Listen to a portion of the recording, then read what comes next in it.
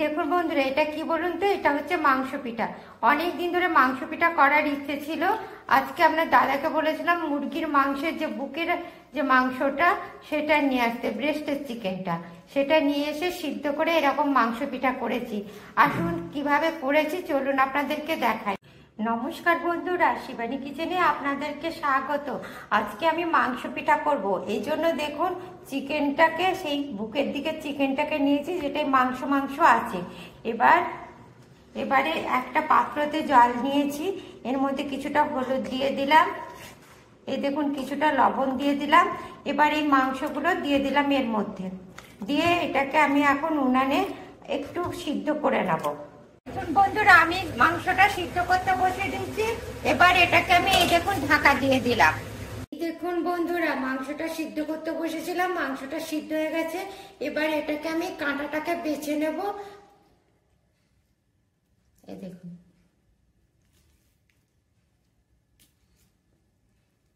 দেখেছেন এইভাবে সমস্ত কাঁটাগুলোকে আমি বেছে নেব। এই দেখুন,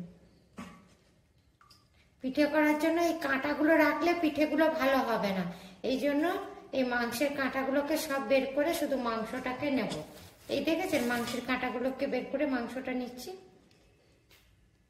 এই দেখুন এইভাবে ছাড়িয়ে নিচ্ছি।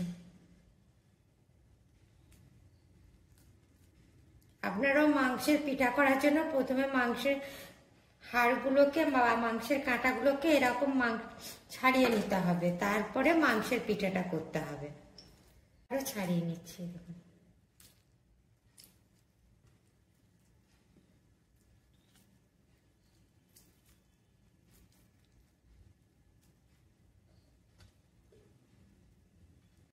এই দেখুন বন্ধুরা, মাংস থেকে মাংসের হাড়গুলো আলাদা করে নিলাম।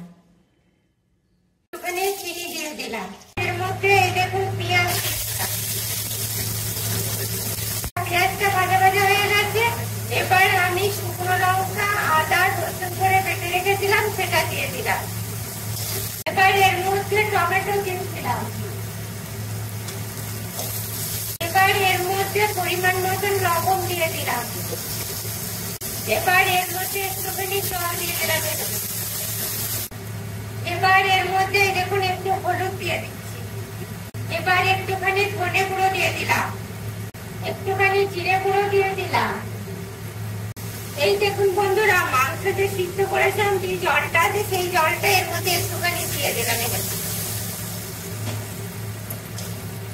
এবার এর মধ্যে দেখুন মাংসটা দিয়ে দিচ্ছি।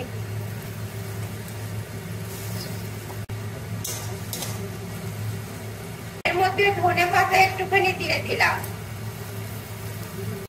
মাংসটা সিদ্ধ হওয়ার জন্য আর একটু এরকম জল দিয়ে দিলাম, ঢাকা দিয়ে দিলাম।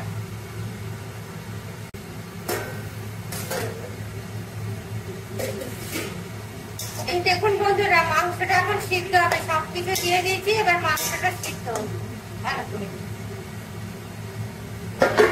বন্ধুরা, আমার মাংসটা কষা হয়ে গেছে, দেখেছেন কি সুন্দর ভাজা ভাজা হয়ে গেছে। মাংসটা ভাজা ভাজা হয়ে গেছে। মাংস যে সিদ্ধ করা জলটা বা স্টকটা এর মধ্যে দিয়ে দিচ্ছি। এবার এই দেখুন এটা ঢাকা দিয়ে দিলাম। দেখুন বন্ধুরা, এটা ফুটে গেছে, এবার এটাকে নামিয়ে নেবো। দেখুন বন্ধুরা, এবার আমি এই মাংসটার মধ্যে একটুখানি ঝোল ঝোল রেখেছি। এবারে এই দেখুন গুঁড়িটা এর সঙ্গে মিশিয়ে দিচ্ছি। দেখেছেন এইভাবে গুঁড়িটা আমি মিশিয়ে দিচ্ছি। এই দেখুন একটু একটু করে গুঁড়িটা মিশিয়ে দিচ্ছি।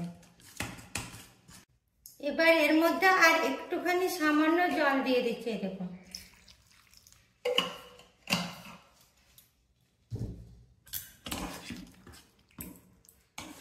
বন্ধুরা, এরকম মাখানোটা হবে, বেশি পাতলাও নয় আবার খুব শক্তও নয়। এবার চলুন এটাকে আমরা ঢেলে নিই পিঠে আকারে। বন্ধুরা, তাওয়াটা গরম হয়ে গেছে। এবার এর মধ্যে আমি একটুখানি সর্ষের তেল দিয়ে দিলাম। এই মাংস পিঠাটা কিন্তু সর্ষের তেলেই ভাজতে হয়। এই দেখুন তেল দিয়ে দিলাম। এবার এই দেখুন এই মাখানোটা, গুঁড়ি দিয়ে মাখানোটা এবার নিয়ে নিলাম, দিয়ে এখানে ঢেলে দিলাম। দেখেছেন, দিয়ে এটা দিয়ে একটুখানি নাড়াঘাটা করে একটু মিলে নেবো। এই দেখুন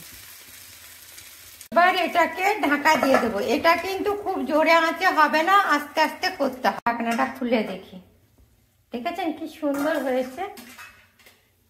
এই দেখুন, দেখেছেন কি সুন্দর হয়েছে? এবার এটাকে এরকম উল্টে দিলাম, আবার এটা সাজিয়ে দিলাম। এই দেখুন কতটা হলো।